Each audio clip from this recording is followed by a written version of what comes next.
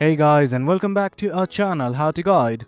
In this tutorial, we are gonna look at how to download Signal for mobile. Now let us begin. Right now I'm in my Android device, so I'm simply gonna download it from the Play Store. In case you have an iPad or iPhone, well, you have your options as well. For now, I'm simply gonna open up the Play Store and search for Signal.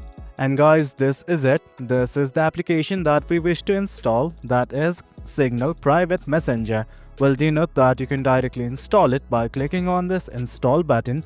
Else what you can do is simply click on the app icon and then you will be redirected to this page. From here, you can look at the info about this application, the data safety and all the reviews. But right now, all we want to do is install it. So let's simply hit on this install button right here.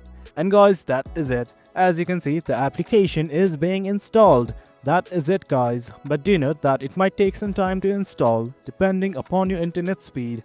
Well guys, that is it. That is how we download Signal. The process is quite easy. Hope you guys found this video informative, and for more content like this, do remember to hit like, share and subscribe. Your support fuels us. Until next time, thank you.